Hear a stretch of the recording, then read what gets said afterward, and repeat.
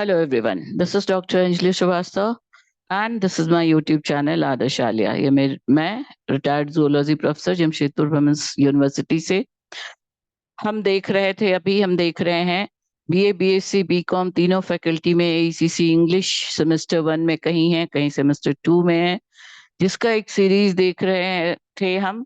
और जैसा मैंने आपको पार्ट 5 में बताया था कि अब मैं बंद कर रही हूँ ये series, but in the mean time एक यहाँ पड़ोस में एक यूजीसी सॉरी एक एनजीओ में 10th 11th के स्टूडेंट्स को इंग्लिश पढ़ाने के लिए कुछ लोगों का रिक्वेस्ट आया।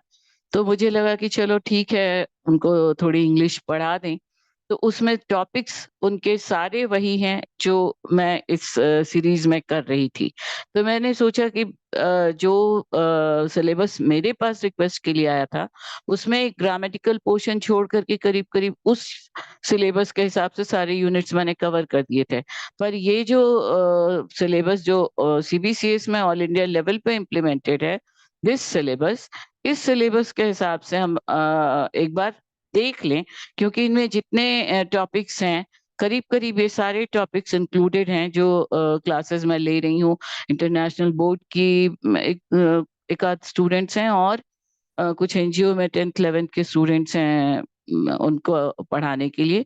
तो उसमें हमने देखा लैंग्वेज ऑफ कम्युनिकेशन हम कर चुके हैं यूनिट 1। तो आई थॉट मुझे लगा कि बीच में क्यों छोड़ दूं। ऑलमोस्ट ऑल ये टॉपिक्स राइटिंग स्किल हमने देख लिया। कम्युनिकेशन में स्पेसिफिक वेरिएट ग्रामर पार्ट छोड़ दें तो verbal non verbal ways of communication, personal social and business languages of communication, introduction we have done, theories, types and modes, then verbal and non-verbal communication and all this topic, that is unit 1, unit 2 हमने कर लिया, unit 5 हमने कर लिया। तो सिर्फ 3 and 4 छूट रहा है जिसमें ग्रामेटिकल पार्ट भी आ जा रहे हैं। तो थर्ड एंड फोर्थ को भी हम कर ही लें। तो speaking skills and reading and understanding skills को हम मुझे लगा कि इसको भी कवर कर लेना चाहिए। जब मैं पढ़ ही रही हूँ पढ़ाने के लिए उन बच्चों को भी, तो बीच में ये सीरीज नहीं छोड़ूं, शायद कुछ लोगों के काम आ जाए।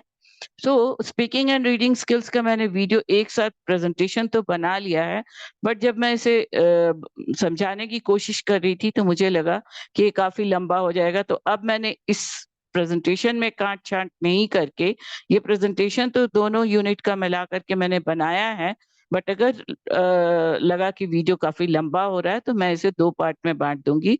पार्ट 6 एंड पार्ट 7 एक रीडिंग स्किल का अलग कर दूंगी ताकि आप अच्छे से समझ सकें, क्योंकि मुझे जहाँ समझाना है जिन बच्चों को, उनको तो 2 दिन में ही समझाना होगा। तो एनीवे, अब जैसा आपको पसंद हो, ये 2 यूनिट करके मैं एईसीसी का कंप्लीट सिलेबस खत्म कर लूंगी।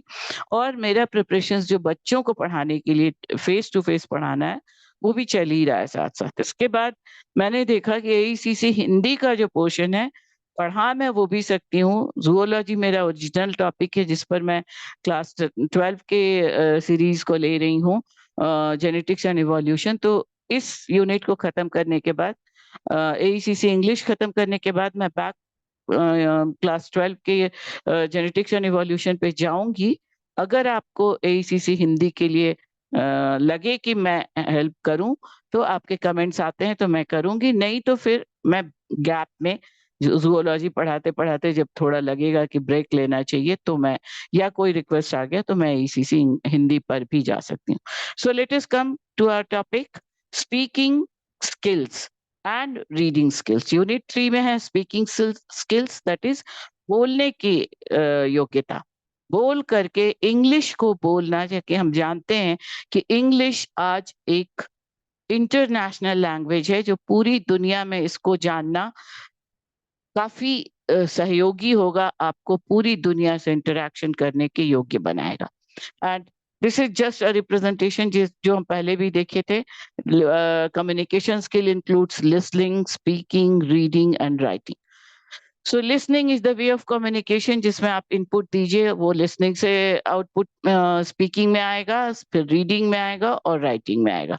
तो this is the these are the 4 ways of communicating skills, जिसको हम देख रहे हैं। So now first of all let's start with the English speaking skills. Reading को हम अगले क्लास में देखेंगे, अगले वीडियो में देखेंगे, बट रीडिंग की स्ट्रैटेजीज क्या होनी चाहिए, this is the important strategies we can see here. So first let us start with speaking skills. English को बोलने के लिए क्या क्या खास चीजें हैं आपको, दैट इज स्पोकन इंग्लिश, आपको अपने आप को इंग्लिश में एक्सप्रेस करना। That includes 5 main points. Don't worry about making mistakes because you will, and be patient. सबसे पहली चीज है जो हम हमेशा, मैं भी बताती हूँ, जो सबसे पहली सबसे जरूरी चीज है कि मैं बोल ही नहीं सकता, मेरे एक्सप्रेसिंग कैपेसिटी नहीं है, मेरी वोकेबुलरी खराब है, ये सारी बातें सोचना, गलतियां करने से डरना, ये सब कभी नहीं सोचिए, क्योंकि ये जब होंगे तभी ये सुधरेंगे। सो it is a process. English speaking is a process of making mistakes and then correcting those mistakes. Talk slowly and carefully. English में बात कीजिए तो आराम से बात कीजिए। बहुत ज्यादा जल्दी जल्दी बोलना, बहुत तेजी से बोलना, वो आपके नर्वसनेस को भी शो करता है। तो स्लोली बोलिए, सावधानी से बोलिए। Restrict yourself to simple sentences unless you gain confidence. जब तक आपको नहीं लग जाए कि आप लॉन्ग सेंटेंसेस, बड़े सेंटेंसेस, कॉम्प्लेक्स सेंटेंसेस बनाने के लिए एफिशिएंटली अपने स्किल एक्वायर कर ली है, तब तक आप स्लो चलिए, स्टीडी चलिए। Slow and steady wins the race.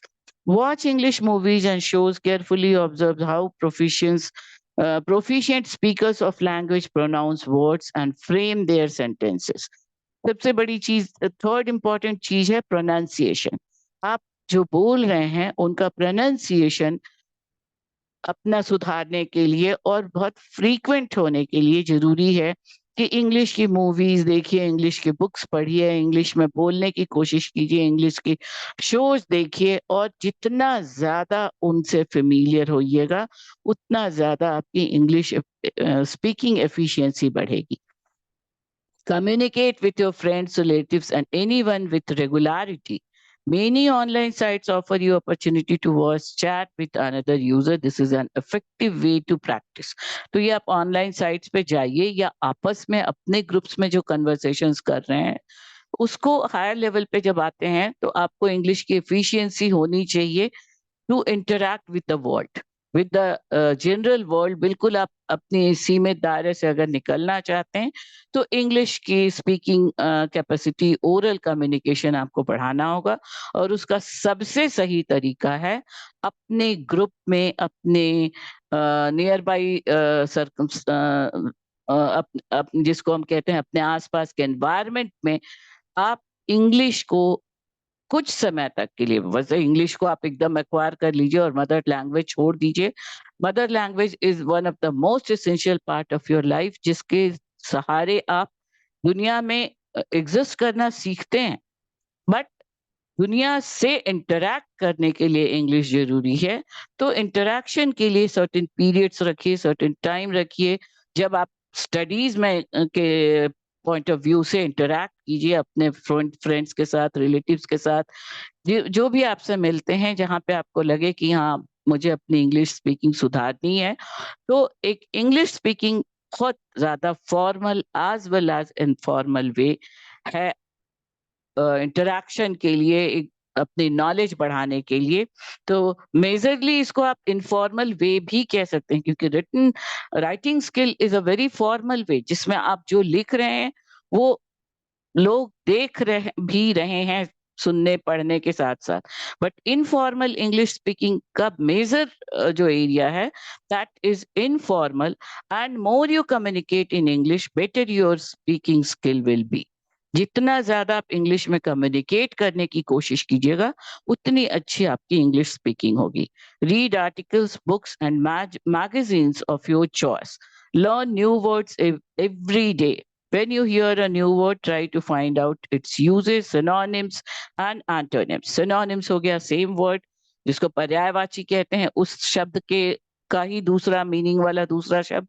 और antonyms, sorry, एंटोनिम्स हो गए द अपोजिट वर्ड्स, जैसे टॉल का शॉर्ट हो गया एंटोनिम। तो इस तरह से जो अपोजिट वर्ड्स हैं उनके बारे में जानने की कोशिश कीजिए। कोई भी वोकैबुलरी बढ़ाइए, दैट इज एक लाइन में एक सेंटेंस में कहिए to increase your vocabulary. Vocabulary के लिए एक ही तरीका है, पढ़ना पढ़ना और पढ़ना, पढ़ना सुनना, डिफरेंट वे में इंग्लिश के कांटेक्ट में रहना, so that increases your speaking skills.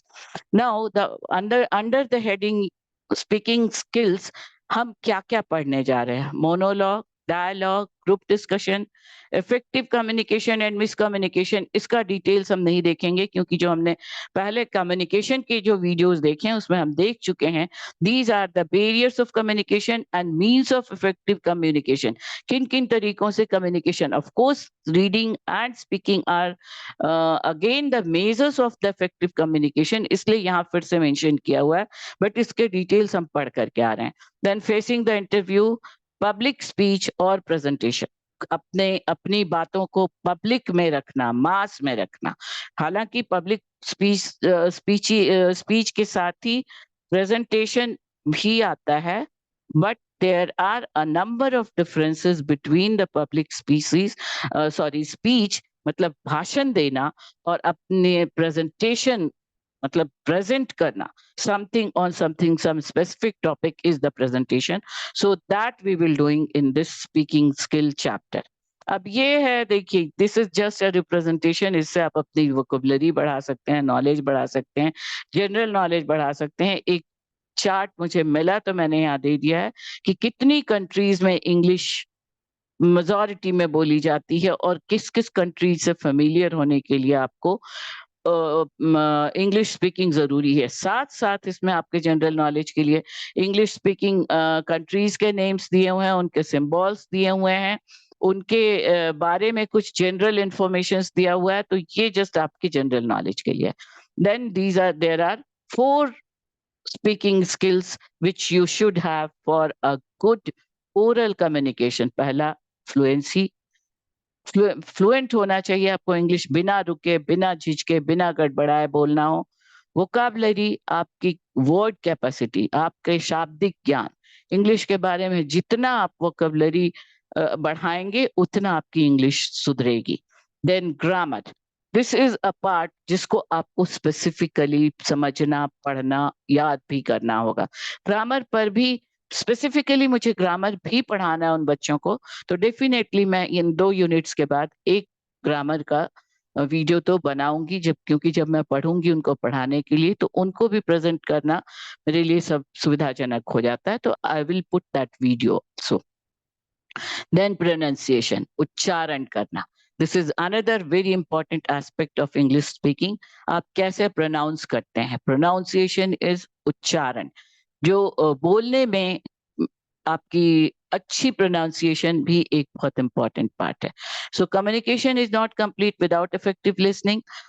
अब जो कम्युनिकेशन के डिफरेंट वेज हैं जो हम देख चुके हैं, listening, understanding, talking, writing and reading, इन पांचों के बीच में इंटरेक्शन ही सबसे अच्छा कम्युनिकेशन का वे है, जिसमें बोलने के पहले जरूरी है सुनना। So importance of listening, communication is not complete without listening. सुनिएगा नहीं तो बोलने का इफेक्टिवनेस कम होता जाएगा। And attentive listener stimulates better speaking by the speaker. A good listener, तो बोलने के पहले श्रोता, श्रवण करने की शक्ति को डेवलप कीजिए। A good listener learns more than an indifferent listener. जो बहुत सुनने का धैर्य नहीं रखता है, बहुत अच्छे से सुनने की जिसमें पेशेंस नहीं है, वो बहुत अच्छा वक्ता भी, स्पीकर भी नहीं हो सकता है। जबकि अ गुड लिसनर कैन रिस्ट्रक्ट वेग speaking in a way that produces clearer meaning. अच्छा श्रोता जो अच्छा सुनता है वो रीस्ट्रक्चर कर सकता है बहुत वेग स्पीकिंग को, बहुत अच्छे क्लियर मीनिंग के साथ समझ सकता है। Good listener learns to detect prejudices, assumptions and attitude. तो ये हो गया इंपॉर्टेंस लिसनिंग के, जो आपको स्पीकिंग के पहले एक्वायर करने चाहिए। And then the tips And steps to learning English speaking is the listening, writing, reading, speaking. And speaking के 5 points हैं. This is the speaking for new English. So these tips you can go through these slide if you want. Otherwise ये चारों step के बारे में हम आगे देखने जा रहे हैं. So these are the points of oral communication. word by word आपके notes के लिए, आपके answers के लिए आप ये slide से ले सकते हैं अपने notes. This is the each one of us are born with LAD, language acquisition divide. हम पैदा ही होते हैं बोलने की कैपेसिटी के साथ, except for certain exceptional cases. हम जब पैदा होते हैं तो हमारी बोलने की कैपेसिटी, हमारी लैंग्वेज एक्विजिशन डिवाइस हमारे अंदर इनबिल्ट होती है, which makes us acquire language and use it orally. आप किसी भी भाषी हैं, कोई भी भाषी, इंग्लिश भले आप इनबॉर्न आपकी कैपेसिटी नहीं हो, बट बोलने की कैपेसिटी आपकी इनबॉर्न है इन जनरल, एक्सेप्शनल केसेस को छोड़ दें तो. और writing one needs to put in conscious effort, जबकि लिखना अगर कंपैरिजन करें राइटिंग और स्पीकिंग का, तो राइटिंग के लिए आपको एफर्ट की जरूरत है, सीखना होगा, बट बोलना तो आपको अपने आप आता है. बट यहाँ पर हम स्पीकिंग इंग्लिश की बात कर रहे हैं, but in general oral communication के लिए क्या क्या इंपॉर्टेंट पॉइंट्स इम्पॉर्टेंट हैं. फेस टू फेस कन्वर्सेशन, आमने सामने बात करना. टेलीफोनिक कन्वर्सेशन आज के लिए मॉडर्न मीडिया का एक बहुत इंपॉर्टेंट वे ऑफ कन्वर्सेशन है. मीटिंग्स, लोगों से मिलना, सेमिनार्स, वेबिनार्स, किस तरह के आयोजनों के थ्रू मिलना, conferences. This is again the official meetings. Then dictation, बोल करके लिखवाना. प्रेजेंटेशंस, अपनी बातों के लिए एक लिमिटेड, बहुत ही पर्टिकुलर वे में. पब्लिक स्पीच एक अलग चीज होती है और प्रेजेंटेशन अलग होता है, ग्रुप डिस्कशन अलग होता है, इंटरव्यूज अलग होते हैं, video conferences and chit chats. These are certain ways of speaking और ओरल कम्युनिकेशन, जिसमें से कुछ इंपॉर्टेंट पॉइंट्स हम आगे के वीडियो में, अभी आगे के स्लाइड्स में भी देखेंगे. नाउ लेट अस कम. अभी तक हम जनरल इंग्लिश स्पीकिंग के बारे में देखते रहे, अब आ जाइए अपने मेन पॉइंट पे इंग्लिश स्पीकिंग के. इंग्लिश स्पीकिंग आपका स्पोकन स्किल्स 3 तरह के हो सकते हैं. मोनोलॉग, मोनो मतलब सिंगल, एक सिंगल पर्सन बात करे, वो 2-3 तरीकों से वो बात कर सकता है. अकेले भी, अकेले बोले, एक आदमी, एक व्यक्ति जब बोलता है तो उसको मोनोलॉग कहते हैं. एक से ज्यादा लोग बोलते हैं, जब 2 लोग बोलते हैं तो वो डायलॉग होता है. और जब 2 से ज्यादा लोग बात करते हैं तो that is in general, generally speaking, that is called as group discussion. Then are the effective communication and miscommunication, as we have told. As हम ये point हम बहुत पहले बहुत डिटेल्स में फर्स्ट वीडियो में ही डिस्कस कर चुके हैं, so we will not. इसमें miscommunication is the barriers and effective communication are the measures how effective communication are the different measures, कैसे effectively हम communicate कर सकते हैं. So that we will see. So let us come to the main points. The oral communication, इसमें पहले हम monologues and dialogues का देख लें. The first is the monologue. A monologue is a lengthy species by a single person. ये तो नाम से ही क्लियर है, जब एक आदमी बोल रहा है तो अच्छा, एक मतलब कंसिडरेबल टाइम के लिए सिर्फ एक आदमी ही बोल रहा है, बाकी सारे सुन रहे हैं, अदर्स आर द लिसनर्स, तो that is called as monologue. And it is one-sided conversation. Also, it may be called as one-sided conversation. Conversation मतलब वार्तालाप. Having इसका ग्रीक ओरिजिन में मीनिंग है speaking alone, अपने आप बोलना, अकेले बोलना. That is delivering speeches in radio, television, teacher classroom में टीचर टीच करते हैं, प्रेजेंटेशंस प्रेजेंट करते हैं हम डिफरेंट मीडिया से, स्टेज पर या टीवी पर या रेडियो ब्रॉडकास्टिंग, जहां पर आप बोल रहे हैं, लिसनर हो जरूरी नहीं है कि कोई हो ही।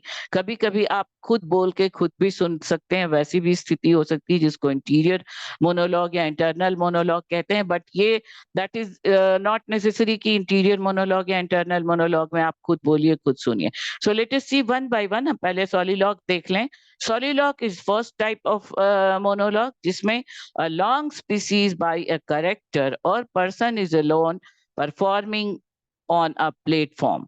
कोई एक परफॉर्मिंग प्लेटफॉर्म है जहां पर लंबा स्पीच जब कोई दे रहा है तो that is called as soliloquy। That is an act of speaking one's thoughts aloud when by oneself or regardless of any listener or hearer, especially by a character in a play, in drama, special form in drama. This should be a special form of monologue where no other person is present on stage beside the speaker is called soliloquy। मतलब एक आदमी कई तरीकों से बोल सकता है, पर वो तरीका जिसमें वो सिर्फ बोल रहा है, जैसे टीवी पर बोल रहा है, स्पीच दे रहा है, जहाँ इंटरैक्शन की गुंजाइश नहीं है, वो हो गया soliloquy। इसमें भी ये तरीका हो सकता है कि मोनो स्किट्स आपने देखा होगा कि एक ही पर्सन अपने एक्सप्रेशंस को भी बताता है, पूरे स्किट को अपने दम पे वो कैरी कर लेता है। तो that these are the different types of soliloquies। Then another type is interior monologue or internal monologue, also known as inner voice। अपनी अंदर की बात को बोलना, सुनना is the interior or internal monologue। It is the internal speech or verbal stream of consciousness is thinking in words। आप जो बोल रहे हैं, जो आप सोच रहे हैं, उन अपनी सोच को वर्ड्स में एक्सप्रेस कर रहे हैं, that is the internal monologue. It refers to semi constant internal monologue one has with one self at a conscious or semi conscious level. बहुत बार आप सोच समझ के बोल रहे हैं, बहुत बार आप बिना सोचे समझे भी अपने को एक्सप्रेस करते चले जा रहे हैं। It is expression of a characters thoughts, feelings and impressions in a narrative. बोल करके अपने थॉट्स को, अपनी फीलिंग्स को, अपने इम्प्रेशंस को बताना, खुद से ही बोलना, अगला जितना सुने नहीं सुने, आप तो बोल रहे हैं।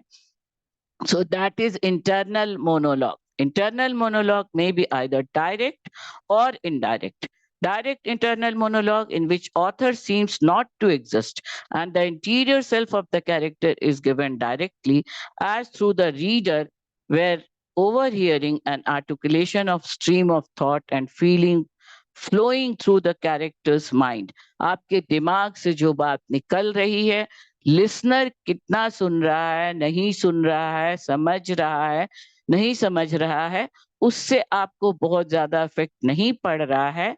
आप अपने स्पीच को, आप अपने माइंड को रीड करके बोलते जा रहे हैं, अपने एक्सप्रेशन, अपने थॉट एंड फीलिंग को अपने वर्ड्स में डायरेक्ट कर रहे हैं, express कर रहे हैं, that is the direct monologue।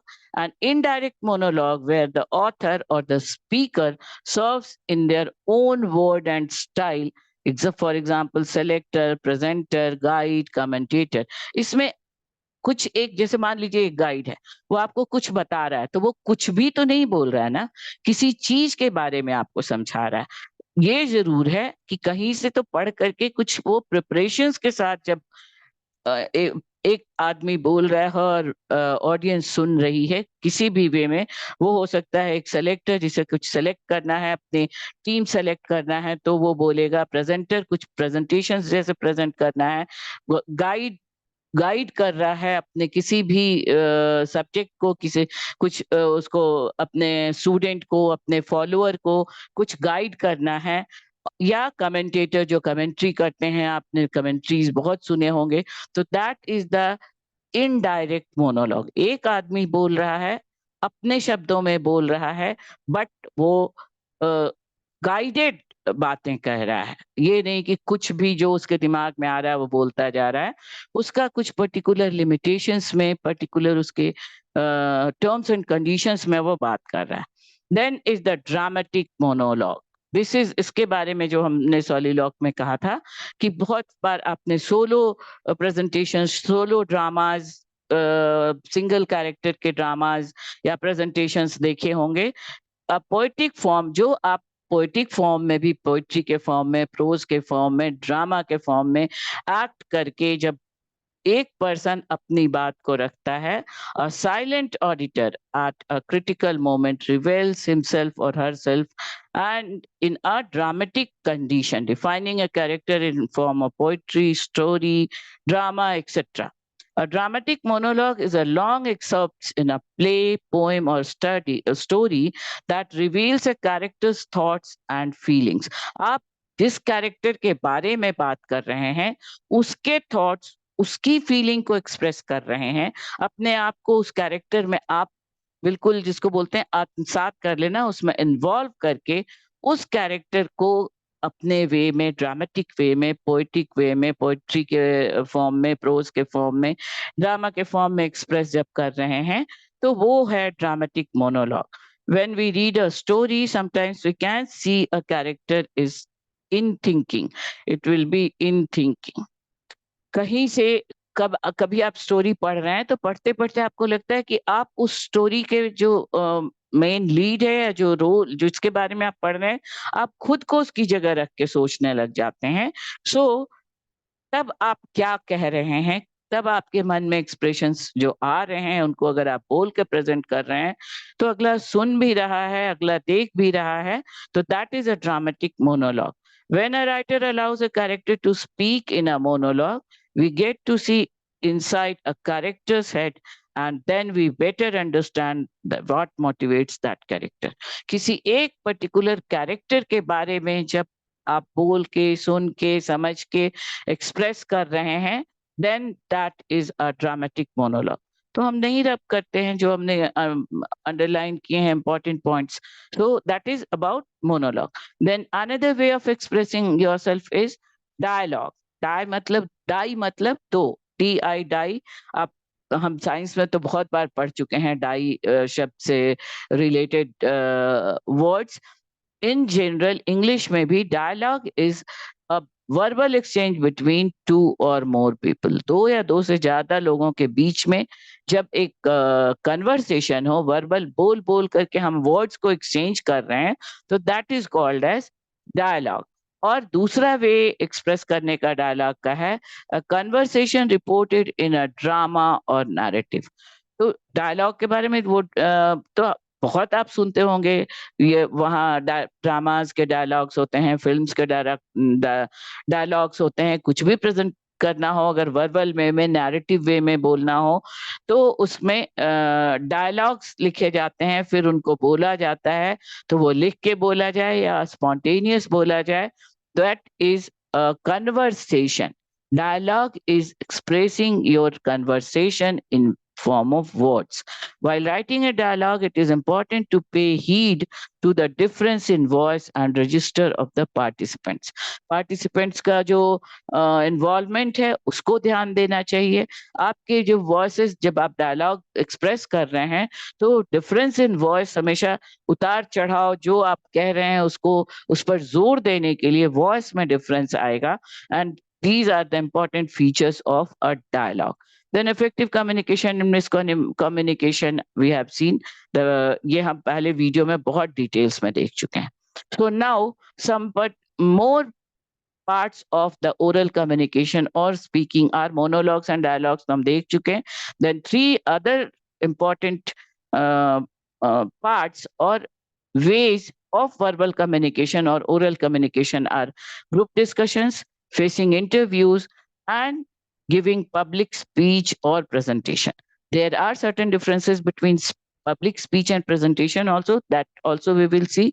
So let us see one by one. The group discussion, ये तो आप लोग बहुत बार सुने होंगे. आज का मॉडर्न वे का एक बहुत इंपॉर्टेंट एस्पेक्ट है ग्रुप डिस्कशन. कभी भी किसी को भी जज करना हो, चाहे वो इंटरव्यू, आजकल जो मॉडर्न इंटरव्यू है, चाहे किसी एकेडमी इंस्टीट्यूशन में एडमिशन के लिए हो या किसी नौकरी के लिए हो या कहीं और सिलेक्शन के लिए हो, एक बहुत इंपॉर्टेंट एस्पेक्ट अब माना जाता है ग्रुप डिस्कशन को। Group discussion is a process जहां पर दो तीन, ज्यादातर तीन या तीन से ज्यादा पर्सन्स को एक पर्टिकुलर थीम या टॉपिक दिया जाता है, खासतौर से इंटरव्यूज वगैरह में, कि जिसको कि पैनलिस्ट या सेलेक्टर्स डायरेक्टली या इनडायरेक्टली सुनते रहते हैं और देखते भी रहते हैं टू जज द कैंडिडेट्स। सो इसमें एक पर्टिकुलर सब्जेक्ट होती है, एक टॉपिक होती है जिस पे डिस्कशंस होते हैं, एंड दैट डिस्कशन का सबसे इम्पोर्टेंट तरीका है जो वोकेबलरी है, जो वर्डिंग्स है, वो डिस्कशन करने वाले जितने भी कैंडिडेट्स हैं या पार्टिसिपेंट्स हैं उनके अपने वर्ड्स में होंगे, but they should behave as a team. Nowadays, group discussion has become an essential part of interviews to select a candidate for job along with other activities like written test. Written test या personal interview के अलावा group discussion अब एक बहुत important aspect हो गया है किसी भी तरह के selections के लिए, चाहे वो interview में selection हो या institutions में admission के लिए selection हो. So this group discussion is meant to find out the leadership quality, क्योंकि अपने आप जब चार से दो तीन चार लोग डिस्कस करते हैं तो आप देखिएगा, यू मस्ट हैव नोटिस्ड कि उसमें कुछ पर्सन धीरे धीरे लीडरशिप की तरफ, मतलब वो एक्वायर करने लगते हैं, उस डिस्कशन को लीड करने की कैपेसिटी उनमें होती है। तो वो एक ऑब्जर्व किया जाता है ग्रुप डिस्कशन में। Then ability to solve problems, एक टॉपिक दिया गया है, उस टॉपिक से रिलेटेड अगर कोई प्रॉब्लम्स आएंगे तो जब द प्रेजेंटर और जो कैंडिडेट है जिसका इंटरव्यू हो रहा है, जो ग्रुप डिस्कशन कर रहे हैं, वो प्रॉब्लम्स जो आएंगे उनको कैसे सॉल्व करेंगे। मैनेजिंग ह्यूमन रिसोर्सेज और मैन पावर, उनको वहीं उस डिस्कशन में जितने पार्टिसिपेंट्स हैं उनको मैनेज करके ही सेलेक्टर या एम्प्लॉयर या इंटरव्यूअर ये डिसाइड करेगा कि how the candidate can manage the manpowers, etc. are some important motives of analyzing the candidate through group discussions. So these are certain important points जिस पर स्ट्रेस देते हैं सेलेक्टर्स किसी एक कैंडिडेट को सेलेक्ट करने के पहले, और ये वो ऑब्जर्व करते हैं, एक्सट्रैक्ट आउट करते हैं through the group discussions. It is also an important tool to test the communication skills of the candidate. In personal interview, personality is assessed through questions, but in group discussion, candidates are observed in action. Personal interview में 1-to-1 interview हो रहा है, वो आपसे पूछ रहे हैं, आप जवाब दे रहे हैं, ये एक से एक का इंटरेक्शन, या हो सकता है 4 लोग हों, पर पूछेंगे तो वो 1 बाय 1 ही, और आप आंसर 1 बाय 1 कीजिएगा. बट ग्रुप डिस्कशन में, एक्शन में आपका ऑब्जर्वेशन या एनालिसिस होता है. It is a very significant way to figure out one strengths and weaknesses. आपकी क्या मजबूतियां हैं, आपकी क्या खूबियां हैं, आपकी क्या कमजोरियां हैं, ये सारे ग्रुप डिस्कशंस में उभर कर आते हैं, और उस समय उन चीजों को ध्यान में रखते हैं सेलेक्टर्स या एम्प्लॉयर्स या इंटरव्यू पैनलिस्ट. इंटरव्यू जो लेते हैं, एक पैनल ऑफ इंटरव्यूअर्स होते हैं या पैनलिस्ट होते हैं जो यूजुअली ग्रुप डिस्कशन को ऑब्जर्व करते हैं, और ये हम अगले पॉइंट में देखेंगे कि फेसिंग इंटरव्यूज के समय भी ये बहुत इंपॉर्टेंट रोल प्ले करते हैं ये panelist. So important points to be kept in mind while group discussions are thinking and speaking rationally and logically. आप जो सोच रहे हैं, आप जो बोल रहे हैं, वो लॉजिकल होना चाहिए, कहीं से कहीं तक नहीं चले जाना चाहिए, रैशनल होना चाहिए, टू द पॉइंट होना चाहिए, इंस्टेंटली सोचने की, तुरंत स्पॉन्टेनियस सोचने की शक्ति होनी चाहिए, and speaking in a straight forward language. घुमा के फिरा के अपनी बातों के को सीधा कहने की आप में एबिलिटी होनी चाहिए. घुमा फिरा करके टेढ़े मेढ़े लैंग्वेज में ऐसे समझा के वैसे समझा के ये नहीं हो करके स्ट्रेट लैंग्वेज आपको यूज करना चाहिए. To clarify one's ideas and presentation skill through non-verbal communications, ways like body language, body speaks more than speech, ये कहावत है कि आपका जो बॉडी लैंग्वेज है, आपके जो हाव भाव हैं, वो आपके बोलने की शक्ति से ज्यादा आपके बारे में बता देते हैं। तो ग्रुप डिस्कशन में ये भी ऑब्जर्व किया जाता है कि आप जिस तरह बोल रहे हैं, जिस तरह अगले को समझा रहे हैं, जिस तरह अगले को इम्प्रेस करने की कोशिश कर रहे हैं, नॉन वर्बल कम्युनिकेशंस के थ्रू, जिसमें आते हैं बॉडी लैंग्वेज हुए, आपके एक्सप्रेशंस हुए, आपकी आई कांटेक्ट कैपेसिटी, जब आप अगले से किसी से भी कम्युनिकेट करने की कोशिश कर रहे हैं, तो एक बहुत इंपॉर्टेंट पॉइंट है आई कांटेक्ट। उसका आई टू आई कांटेक्ट का आपका वे क्या है, ये भी ग्रुप डिस्कशन में ऑब्जर्व किया जाता है। देन एनालिटिकल एबिलिटीज और evaluating capability is also a very important ability which is observed during the group discussions. Leadership quality सबसे ज्यादा important point जो ग्रुप डिस्कशन में उभर के आता है, लीडरशिप क्वालिटी। बहुत सारे लोग जब डिस्कस करते हैं तो यू मस्ट हैव ऑब्जर्व्ड, आप ऑब्जर्व कीजिएगा कि धीरे धीरे एक या दो या कुछ और लोग लीडरशिप की तरफ आगे बढ़ते हैं। वो कोशिश करते हैं कमांड करने की, नॉट इरेशनली। अब उस समय उनकी क्वालिटी तब ये मानी जाएगी जब वो बहुत अच्छे से कन्विंसिंग मैनर में लीडरशिप की तरफ बढ़ें, झपट करके अपनी बातों से चिल्ला चिल्ला करके दूसरों को चुप करा के नहीं। लीडरशिप क्वालिटी या नेतृत्व करने की क्षमता वो क्वालिटी है which is a must in professional world, which means not only being ahead of others, सिर्फ हम किसी तरह आगे बढ़ जाए नहीं, also to accommodate the interests of as many persons as possible होगा। This is टाइपिंग में बहुत सारे मिस्टेक्स हो जाते हैं। Possible and steer the boat forward, नाव को आगे बढ़ाने की, पतवार से नाव को खे करके आगे ले जाने की क्षमता कैसे आप एक्वायर करते हैं एक ग्रुप में डिस्कस करते समय, this is a very important quality of leadership that is observed by the panelists. To come along with speaking and listening also is very important quality of a leader. So ये तो leadership में ही आ गया। Leader should understand and coordinate views of every participating person. वही leader हो सकेगा जो एक group में अगर वो discussions चल रहे हैं और किसी ने successfully acquire कर लिया है leader का position, तो वो convincing भी होना चाहिए। वो mastery करके command करने की capacity is leadership, but overhead नहीं, ये नहीं कि मतलब दबा करके अगले को दबा के अगली अपनी इरेशनल तरीकों से अगर हम ग्रुप को एक्वायर करने की या लीड करने की कोशिश करेंगे तो that is not good leadership. So that is a leader should understand everyone's views and give good direction to the group discussion to reach a good conclusion. So these are very important 3 points for a group discussion. That person और वो व्यक्ति, वो candidate जो ये 3 points को achieve करे, वही एक गुड लीडर है। वो सबके व्यूज सुने और एक अच्छा डायरेक्शन में डिस्कशन को ले जाए और एक सही, वेरी प्रॉम्प्टिव, वेरी एक्यूरेट कंक्लूजन पर पहुंचा जा सके। सो these are the qualities of group discussion. Then the next point is facing interviews. That is a very important way of communicating skills या speaking skill again. Interview is the process of selecting a candidate as an oral tool to test the academic and non-academic credentials for the employer for employment or entry to an institution.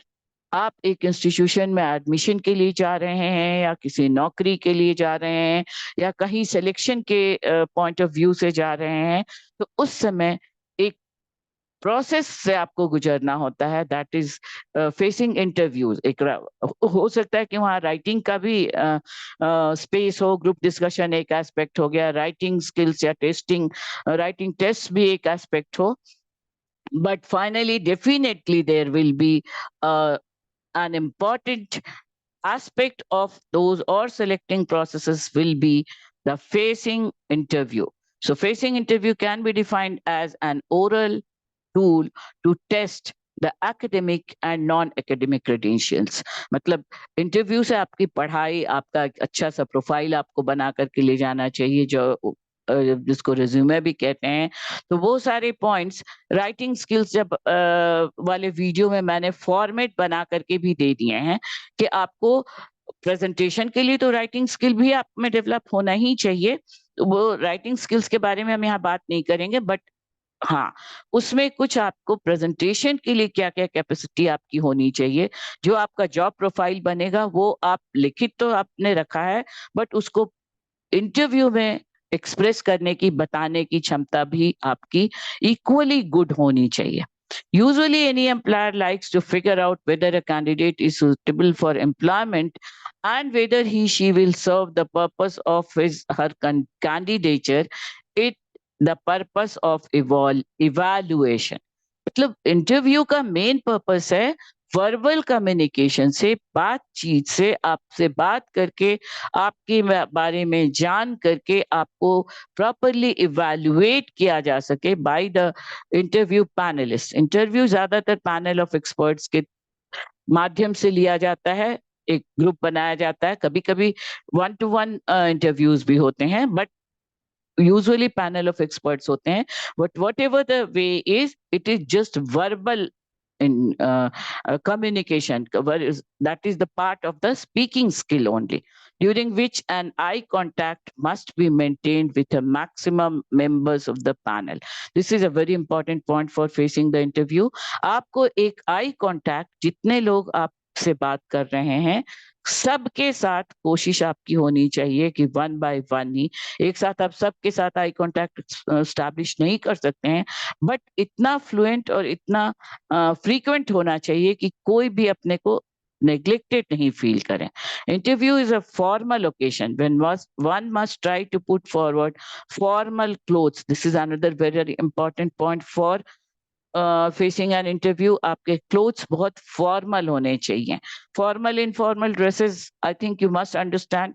जैसे formal men's dress is said to be shirt and point shirt endings must be tucked properly within the inside your trousers or the pants. So those are the definitions. We are not going to see into the details of the formal and informal clothes.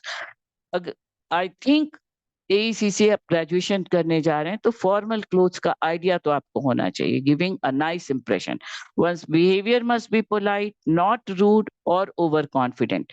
Polite होइए but बिल्कुल ही दयनीय नहीं बनिए, या over confident, अति आत्मविश्वास जिसको दम्भ कहते हैं, वो स्थिति नहीं आनी चाहिए।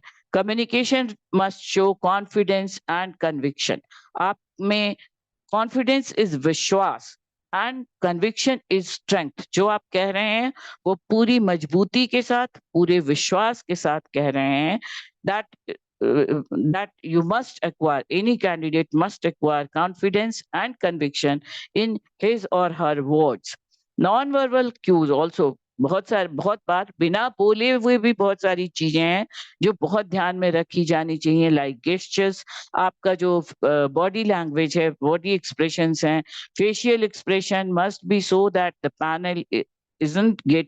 panel should not get irritated or bored or aloof to what the interviews are inquiring about. अब ऐसा नहीं हो कि फेशियल एक्सप्रेशन ऐसा होना चाहिए कि panel is not getting irritated, यहाँ पे not getting irritated or bored or aloof to what the interviewers are inquiring about. आप जो कह रहे हैं उस पे ध्यान दीजिए। जो इंटरव्यूअर या पैनल एक्सपर्ट आपसे पूछ रहे हैं उनसे रिलेटेड बातें होनी चाहिए। आप अपनी झोंक में नहीं बोलते जाइए। अगले को, इंटरव्यू पैनल एक्सपर्ट्स को इरिटेटेड नहीं हो, वो बोर नहीं फील करें, या अलूफ, मतलब बिल्कुल ये नहीं कि वो पूछ कुछ रहे हैं आप जवाब कुछ दे रहे हैं, तो वो बिल्कुल अलूफ मत होइए। जो पूछा जा रहा है उस पर ध्यान दीजिए। One should know the subject and one should know the subject well. थोड़ा तो प्रिपेयर होकर के आइए। ऑफ कोर्स आप पर किसी एक पर्टिकुलर जॉब के लिए आप इंटरव्यू देने जा रहे हैं तो उस जॉब से रिलेटेड जितने इंफॉर्मेशंस आप कलेक्ट कर सकते हैं कलेक्ट कीजिए, सब्जेक्ट के बारे में अच्छे से समझिए और उसके बारे में डिलीवर करने की कैपेसिटी डेवलप करके जाइए before facing an interview. Before facing panelists, one should ask him or herself about three things. अपने आप से 3 बातें पूछिए. Whether one knows him or herself, आप अपने आप को कितना जानते हैं? क्योंकि आपको अपने बारे में उनको बताना होगा, तो मिनिमम कितने इम्प्रेसिव तरीके से आप अपनी उपस्थिति, अपना व्यक्तित्व बता सकते हैं. द एम्प्लॉयर और इंस्टीट्यूशन जहां आप इंटरव्यू देने गए हैं, उस एम्प्लॉयर, उस इंस्टीट्यूशन के बारे में आपने कितने इंफॉर्मेशंस गैदर किए हैं. एंड अबाउट द जॉब और वर्क प्रोफाइल, जो आप पढ़ने जा रहे हैं, यहाँ पे कोर्स भी यहाँ पे आ जाएगा.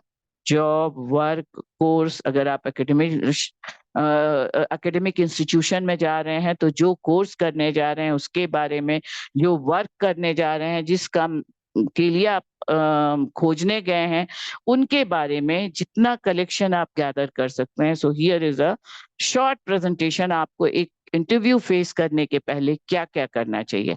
प्रिपरेशन करिए, points carefully research the job industry employer, prepare answers to likely questions. आप एक माइंड में या लिख करके तैयार कीजिए कि क्या क्या क्वेश्चंस पूछे जा सकते हैं. एग्जैक्ट तो आप नहीं जान सकते हैं, बट लाइकली क्वेश्चंस तो at least you can think, you can imagine. Then dress your very smartly. Body language, ये सब तो हम डिस्कस कर चुके. Competency questions, describe your situation where you worked in a team, give an example of your leadership skills. ये group discussion के part हो गए. तो ग्रुप डिस्कशन में के लिए भी आपको प्रिपेयर होके जाना चाहिए, उसके बारे में हम देख चुके. देन इंटरव्यू स्किल्स, ये तो खैर एक थियोरिटिकल पार्ट है, एक बुक में दिया हुआ है, इसको आप पढ़ सकते हैं, साइट पे जा सकते हैं, साइट पर से देख सकते हैं. Then questions about your CV और एप्लीकेशन फॉर्म. जैसा मैंने बताया, आप जॉब प्रोफाइल अपना बनाइए, जहां जॉब करने जा रहे हैं उनके बारे में जानिए. अपना एक अच्छा curriculum, CV is your curriculum vitae. इसका फुल फॉर्म होता है करिकुलम विटे, और it is also called as resume. आपकी इसका तो एक प्रॉपर फॉर्मेट में इसको बनाया जाता है, जो हम राइटिंग स्किल में मैंने आपको दिया हुआ है. अगर नहीं है वहां पे, तो आप अगर चैट बॉक्स में लिखिए तो मैं उसके बारे में फिर से आपको बता दूंगी. बहुत सारे फॉर्मेट मैंने वहां दिए हैं राइटिंग स्किल्स में. Letter writing, note writing, report writing, उसी का एक पार्ट आएगा आपका करिकुलम विटे या रिज्यूमे बनाना. तो अगर उसमें नहीं है तो you can ask, then I will give you.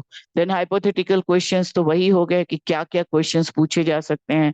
Sell your unique selling points. आप अपनी खासियत, अपने आप को एक जॉब के मार्केट में अगर आपको प्रेजेंट करना हो, बेचना इन द गुड सेंस, कि आप अगला क्यों समझे कि आप उसके लिए बहुत फिट हैं, आप उसके जॉब के लिए या उसके इंस्टीट्यूशन के लिए या एम्प्लॉयर ऑर्गेनाइजेशन के लिए बहुत सेलेक्टिव हैं, बहुत एबल हैं, बहुत फिट हैं.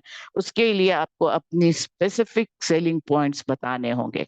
Have questions to ask. कुछ तो आप, ये तो स्थिति पे डिपेंड करेगा कि, बट हाँ, अगर आप कुछ इंप्रेसिव क्वेश्चंस अगर पूछते हैं तो that make good impressions in good way. Then the last but not the least in the speaking skills is the public speech and presentation. It is, so कहीं-कहीं पे ये और presentation है, but it should be and presentation, because public speech is something different and presentation is something different. Public speech in general अगर हम बोलें तो public speech एक अननोन ऑडियंस, मान लीजिए जो ऑडियंस है, जो सुनने वाले हैं, जरूरी नहीं हो वो सिमिलर माइंडसेट के हों. जैसे एक नेता भीड़ में भाषण देते हैं, या कहीं पर भी आप किसी ऑडियंस के सामने आप कुछ एक्सप्रेशंस दे रहे हैं, तो वो जो ऑडियंस है उसको आप बहुत अच्छे से नहीं जानते हैं, बट आप अपनी बात अपने शब्दों में, अपने तरीके से, इफेक्टिव तरीकों से बता रहे हैं. So that will be a public speech. Public speech का मुख्य पॉइंट हो गया, giving a speech is a craft and very useful in a professional life. आप अपने आप को जिस ऑडियंस के सामने बता रहे हैं उसको कितना इम्प्रेस कर पा रहे हैं. You don't know that audience. आप जरूरी नहीं है कि सिमिलर माइंडसेट के लोग हों. स्पीच देने में, पब्लिक स्पीच में। But that is the main difference between the public speech and presentation. Presentation में करीब करीब लाइक माइंडेड पीपल होते हैं। लाइक आप एक अपना इंटरव्यू के लिए या अपना आपने कुछ अपनी एग्जामिनेशन में आपने कुछ रिसर्च किया है या कोई आपका प्रोजेक्ट प्रेजेंटेशन है, प्रोजेक्ट प्रिपरेशन है, तो उसको आप जब यहाँ प्रेजेंट करने जा रहे हैं, वहां पे आप लाइक माइंडसेट के पीपल हैं आप जिनको बताने जा रहे हैं, so that will be the presentation. But एक बड़ा सा ऑडियंस है, लार्ज ऑडियंस है, जिसमें एक लीडर भाषण दे रहा है, this is the art to address a large audience, that will be the public species. Sorry, species zoology पढ़ाते पढ़ाते हमेशा स्पीसीज ही निकलता है। तो लार्ज ऑडियंस में स्पीच होता है, public speech. There are various kinds of jobs throughout the world where the art of addressing mass is a prerequisite. ये एक प्रीरिक्विजिट हो गया, एक आवश्यकता। एड्रेस मास को एड्रेस करने की आप में एबिलिटी है कि नहीं, बहुत सारे जॉब्स में ये बहुत गहराई से देखा जाता है। So presentation is different form of public speech. As we have seen, public speech is speaking to divergent mass whose background the speaker is not aware, whereas in presentation, speaking to a selected group of people having a known academic or professional background with similar mindset and interest. I think ये हम अभी देख के आ रहे हैं, like minded people को सामने अपनी बात को रखना डिफरेंट वे से, वो हो गया प्रेजेंटेशन। और एक massive mass के सामने बोलना पब्लिक स्पीच हो गया। In a presentation, whether in a classroom or an office or in a boardroom, one has to keep in mind few things like time limit। आपको एक particular time limit में बोलना है, ये बहुत important चीज है presentation के लिए। Prepare oneself by writing, जो आप बोलने जा रहे हैं उसकी आपकी तैयारी बहुत अच्छी लिखित रूप से होनी चाहिए। कहीं कोई कुछ देखना चाहे, कहीं कुछ कोई स्पेसिफिक चीज जानना चाहे, कोई स्पेसिफिक डाटा जानना चाहे, तो आपके पास वो या तो वर्बली आपको याद है, और नहीं याद है तो there is no harm in looking into your writing preparations. उसमें से देख के बताने में कोई नुकसान नहीं है। That is a very good gesture of presenting your presentation, कि you have done preparations before you're presenting the presentations. Then are the non-verbal cues, जैसा हम पहले देख करके आ रहे हैं, हमेशा ही body language, facial expression, postures, etc. speak a lot about one's intention to speak something. आप बोलने के पहले आपका बॉडी लैंग्वेज, आपके जेस्चर्स, आपके एक्सप्रेशंस, आप बहुत ड्रामेटिक नहीं होइए, ओवर ड्रामेटिक नहीं होइए, बहुत ज्यादा एक्सक्लामेटरी नहीं होइए, बहुत आ ओ ऊ जिसको एक्सक्लामेशन कहते हैं ग्रामर में, उस तरह का एक्सप्रेशंस नहीं हो, बट बहुत ठीक जेस्चर, फिर भी आपके आपके जेस्चर से इम्प्रेस हो सके पैनलिस्ट, ऐसा जेस्चर होना चाहिए। Focus on the main point. Presentation हमेशा एक पर्टिकुलर पॉइंट पर होता है, पर्टिकुलर टॉपिक पे होता है, तो उसके जो मेन पॉइंट्स हैं, आप जिस टॉपिक पर अपना प्रेजेंटेशन दे रहे हैं उससे रिलेटेड मेन पॉइंट्स पर फोकस कीजिए। And a presentation ending with a bang, जिसको आप कहिए धमाकेदार समाप्ति, धमाकेदार कंक्लूड करना, वो अगर आपके प्रेजेंटेशन में है तो वो बहुत ज्यादा impressive होगा। It make the audience to have a strong impression about you and your presentation. इतना influensive, इतना धमाकेदार presentation हो कि जब आप कंक्लूड करें तो आप क्या बताना चाहते थे, कैसे बताना चाहते थे, आपके आइडियाज, आपकी ऑडियंस जो है उसको बहुत क्लियर, क्रिस्टल क्लियर, जितना क्रिस्टल क्लियर कर सकें आप, उतना अच्छा आपका प्रेजेंटेशन माना जाएगा। So this is about the presentation speaking skills. ये फिर से एक पूरा किसी साइट से मिला था, तो ये मैंने यहाँ पे आपके नोट के लिए भी दे दिया है, इससे पढ़ करके आप अपना आंसर्स प्रिपेयर कर सकते हैं। And now finally these are the 50 simple tips for speaking English fluently. ये 50 टिप्स हैं जिनको आप एक्वायर करके अच्छी इफेक्टिव इंग्लिश बोलना सीख सकते हैं। Be realistic about your English goals. Practice speaking as well. Practice speaking English wherever you get chance. Get native English speaking friends. Do not be afraid of making mistakes. Use simple sentences. पहले simple sentence बोलिए. Get reliable English learning courses. ये तो आपकी मर्जी पर है. Make an effort to improve your pronunciation. Try saying something extra. Learn from your mistakes. Listen to English language music. Learn something. English tongue twisters, बहुत सारे words tongue twister की तरह काम करते हैं. So these are the 50 tips to which you acquire, then which you can acquire. जितना इसमें से आप एक्वायर कर सकें, इंग्लिश स्पीकिंग आपकी उतनी इफेक्टिव होगी. So with this 11th slide I and here this video. काफी लंबा हो गया है मेरे हिसाब से. In the next video we will see this unit 4, that is reading and understanding, जिसके main points में होंगे close reading, comprehension, summary, paraphrasing, analyzing, interpretation. Comprehension is the summary writing. थोड़ा तो इसको हम अलग से एक वीडियो देख चुके हैं, जैसा कि मेरे व्यूअर ने मांगा था उसके उनके हिसाब से. Then finally the translation. Reading and writing skills को मिला करके, या रीडिंग स्पीकिंग एंड राइटिंग तीनों स्किल को मिला करके, इवन लिसनिंग, सारे कम्युनिकेशन स्किल्स को मिला करके फाइनली प्रेजेंटेशन किया जो करते हैं, उसका एक बहुत इंपॉर्टेंट माध्यम है translation, that we will see while in the last aspect of the reading.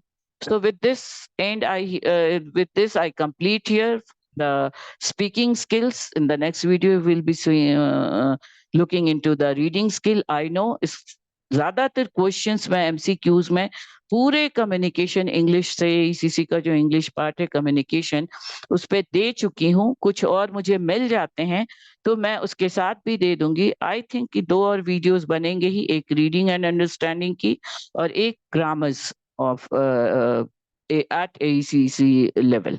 So do like, share and subscribe the channel. If you are liking it, then it is totally free of cost. Press the bell icon to get the notification of the upcoming video. Thank you. See the description box for your notes and for your knowledge also.